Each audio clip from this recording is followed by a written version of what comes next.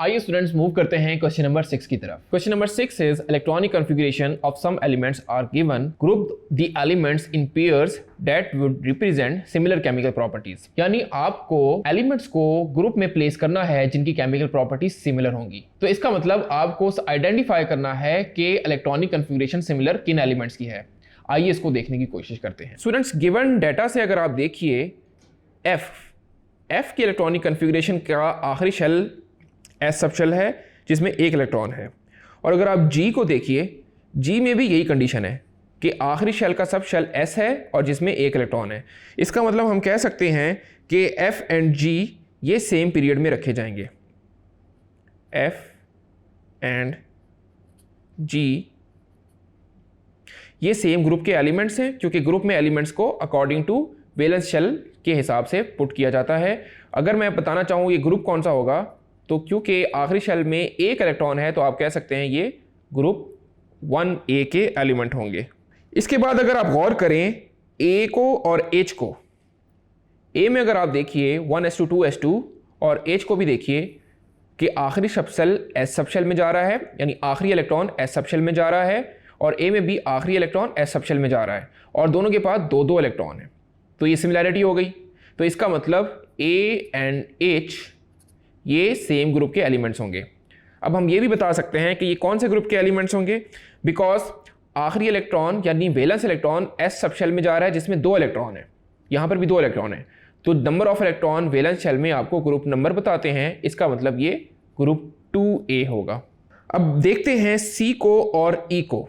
तो आप देखें C और E, इन दोनों की electronic configuration once again similar है, 3p3 एंड 2p3।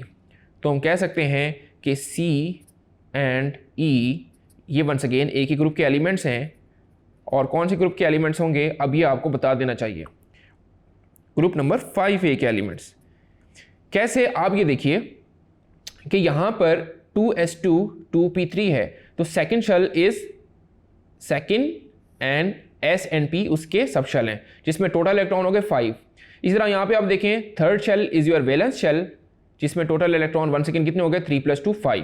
तो इसका मतलब ये ग्रुप 5A के एलिमेंट्स होंगे। स्टूडेंट्स अब आखिरी में बचते हैं D और B। तो D और B ये एक ही ग्रुप के एलिमेंट होंगे, और कौन से ग्रुप के एलिमेंट होंगे इसको जरा अंडरस्टैंड करते हैं। D की इलेक्ट्रॉनिक कॉन्फ़िगरेशन देखें तो 1s2 है, मैं यहाँ पे लिख देता हूँ D की इलेक्ट्रॉनिक कॉन्फ़िगरेशन है 1s2, जबकि B की है 1s2 2p6 1s2 2s2 2p6।